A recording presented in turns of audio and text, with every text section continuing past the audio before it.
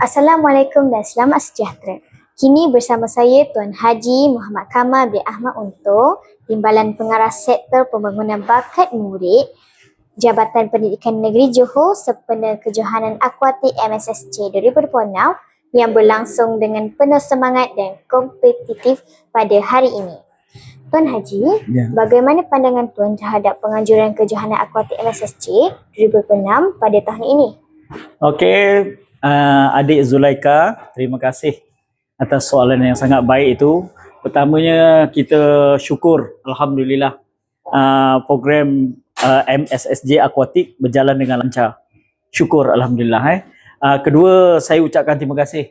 Kelancaran program ini adalah daripada daya usaha atlet itu sendiri, keluarga, ibu bapa yang sanggup berkorban, memperuntukkan masa, dan para penganjur serta semua yang hadirlah, urus setia, dan apa yang paling baik sekali, sukan akuatik ini memenuhi RPM 2025, 2026, 2035 maksud saya, di mana untuk menjadikan satu murid tu dalam watak yang pertama, menjadikan latihan untuk budak beradab. Lepas beradab, kita turunkan ilmu dalam pentadbiran kemahiran. Lepas tu dimasukkan kemahiran-kemahiran. Kemudian diikuti dengan daya tahan. Dan akhirnya sebelum keluar dari sekolah, mereka akan lebih berkeyakinan. Dan ini akan menjadi murid yang berada di tahap global dan berdaya saing di seluruh dunia dalam era baru nanti. Kita dapat lihat semangat dan komitmen tinggi daripada atlet-atlet muda hari ini. Apakah harapan Tuan terhadap masa depan sukan akuatik di negeri Johor? Pertamanya, Zulaika, saya begitu teruja melihat komitmen yang ditunjukkan dan dipamerkan oleh semua pihak dalam menjayakan sukan akuatik ini. Kedua, perlu kita faham, bila sebut akuatik ni, dia menggabungkan 3 disiplin. Pertama yang biasa kita hadap sekarang ialah renang. Tapi maksud akuatik tu dia akan menggabungkan 3 disiplin tu. Dia akan menggabungkan juga lompatan. Bukan lompatan, kita cakap terjun lah. Terjun ataupun papan, dari papan terjun tu. Dan polo. Jadi untuk renang, Johor antara yang terbaik. Tapi oleh kerana kiraan akuatik meliputi 2 disiplin yang lain, maka kita kekurangan atlet di sini.